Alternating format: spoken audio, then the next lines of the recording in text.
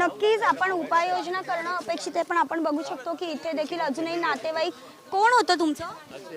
भाई थे, भाई हमारे थे। भाई भाई थे। हाँ, कितने अभी साल तक मिले नहीं। हाँ, कितने साल के हैं? 27 साल के हैं। किधर ऊपर थे क्या? हाँ, इधर ही थे। अभी कल ही आके शिफ्ट, कल या परसों आके शिफ्ट हुए थे। क्या नाम है उनका? आरिफ नाम है। और क्या काम काम वगैरह कुछ करने के लिए अभी आए तो थे इधर? हाँ, काम के सिलसिले में आए थे, लेकिन अभी कल या परसों शिफ्ट हुए। किधर से आए? गांव यूपी से आए थे। इधर शिफ्ट होने के पहले किधर रहते थे? इसके पहले सायन में रहते थे। कितने साल तक यहाँ पे हो आप? नोटिस मिली थी? नहीं, हम यहाँ पे नहीं रहते थे। वो अभी कल या परसों इधर से शिफ्ट हुआ। अब बोलो ना। कल या परसों इधर पे आके शिफ्ट हुआ। तो अभी रात को सुबह 4 या 5 बजे फ़ोन आया, नहीं चला कुछ भी। तो ऐसा हुआ कि पहाड़ गिर गया है, मिल नहीं रहे, लेकिन उनका मोबाइल मिला, फ़ोन लगाया, कोई दूसरा मतलब है वो उठाया, तो बोला ऐसा बात है करके। आप किधर से हैं? मैं मुंबई सायन से हूँ, नहीं, लेकिन आपका गांव? यूपी उत्तर प्रदेश जौनपुर जिला। लेकिन अभी आपके उनके साथ और कोई थे घर में? पूरे उनके पूरी फैमिली, हस्बैंड वाइफ 2 बच्चे मिल नहीं रहे? मिल नहीं रहे। एक 5 साल के बच्चे थे और 2 साल की बेबी थी। हो जाएगा, मिल जाएंगे, चलो रो मत।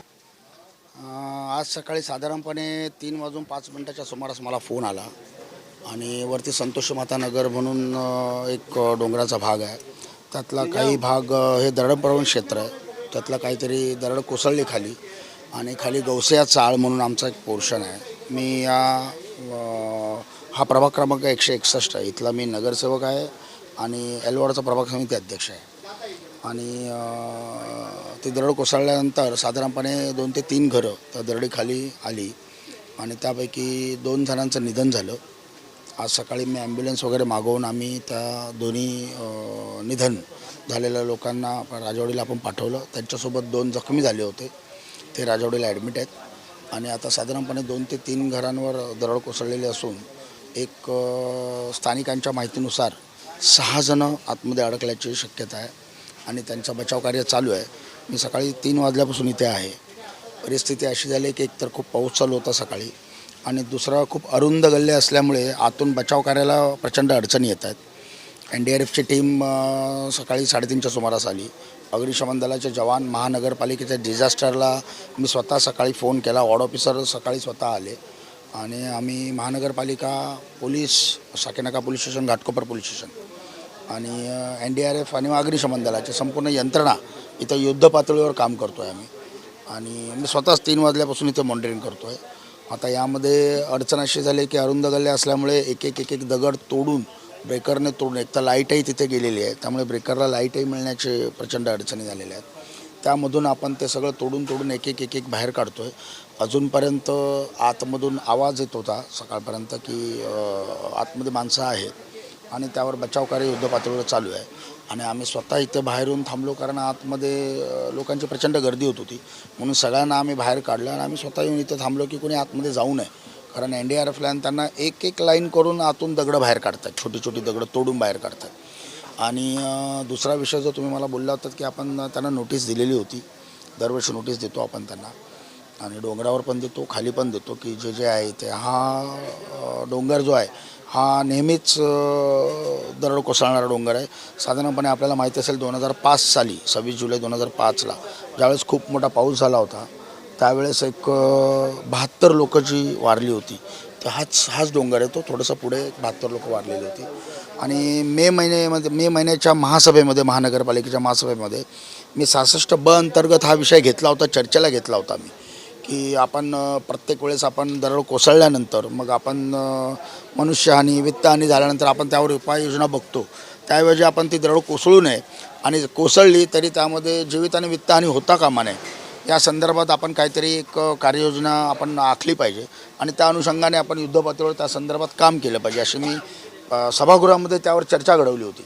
आणि त्या चर्चेमध्ये मी मागणी केली होती अशी की स्विस टेक्नॉलॉजीने आपण ज्या जाळ्या लावतो डोंगराला, जेणेकरून दरड कोसळली तरी खाली जीवित आणि वित्तहानी होऊ नये, ही मागणी मी त्यावेळेस केलेली होती, परंतु अवधी कमी होता, त्यामुळे ती काही मागणी पूर्ण झाली नाही आणि दुर्दैवाने आपण त्यांना नोटिसा दिल्या, आपण दरवर्षी बोर्ड लावतो, नोटिसा देतो, लोकांना आपण समजावतो, पण तरीसुद्धा काही लोक ऐकतात, काही लोक ऐकत नाही. त्यातले आज न ऐकलेल्या लोकांमध्ये हा काय प्रकार झालेला आहे. रितू तावडेंचं स्टेटमेंट होतं, ते असं म्हणतात की इथे लँड माफिया मोठ्या प्रमाणात आहे आणि ते अशा पद्धतीने घरं देतात. इतकंच नव्हे तर त्या असंही म्हणाल्या की इथे कायमच अशा पद्धतीची घटना होते. ज्या पद्धतीने बँड्राला तुम्ही घरं खाली करू शकता पोलीस बळाचा वापर करून, इथे तुम्ही करू शकत नाही का? अजून किती जीव जाणार आपल्या मुंबईत? नाही नाही, हे तसं म्हटलं तर लँड माफिया वगैरे हा जो काही विषय आहे हा थोड्याफार प्रमाणामध्ये खरा आहे. आणि इथे जे डोंगराच्या लगत जी काही घरं झालेली आहेत ही आज नाही, बऱ्याच वर्षांपूर्वी झालेली आहेत. त्यामुळे आपण त्यांना खाली करताना पण त्यामागे प्रचंड अडचणी येतात.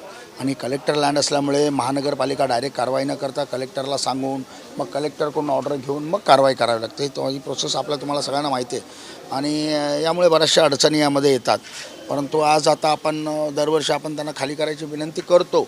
त्यामध्ये काही करतात, काही नाही करतात. आज स्वतः आम्ही वॉर्ड ऑफिसर वगैरे सगळे आले होते. डोंगरावरचा जो काही भाग आहे धोकादायक, त्या लोकांना पण आज आपण सगळ्यांना खाली करून महानगरपालिकेच्या शाळेमध्ये आपण त्यांची सगळ्यांची राहण्याची तात्पुरती व्यवस्था केलेली आहे आणि त्या संदर्भामध्ये आता कारवाई चालू आहे. सर, तात्पुरती घरं नकोच तर नाही, त्यांना ठाम घरं हवे.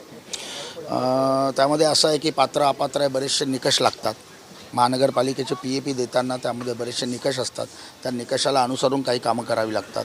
शेवटी आपण ज्यावेळेस बोलतो त्यावेळेस आपण कायदा आणि जे काही नियम आहेत त्या नियमावलीला धरून आपल्याला बरीचशी कामं करावी लागतात. त्यामुळे या सगळ्या गोष्टींची PAP देताना कायदेशीर प्रक्रिया आता 2000च्या आहेत की नाही, त्या सगळ्या प्रक्रिया असतात यामध्ये. त्यामुळे तो एक बराचसा त्यामध्ये अडचणीचा भाग आहे. परंतु येणाऱ्या काळामध्ये जसं मी स्वतः मागणी केली होती की आपण स्विस टेक्नॉलॉजीने जाळ्या वगैरे लावल्या आणि रिटर्निंग वॉल जर आपण केल्या तर बराचसा हा जो काही धोका आहे हा आपल्याला टाळता येऊ शकतो.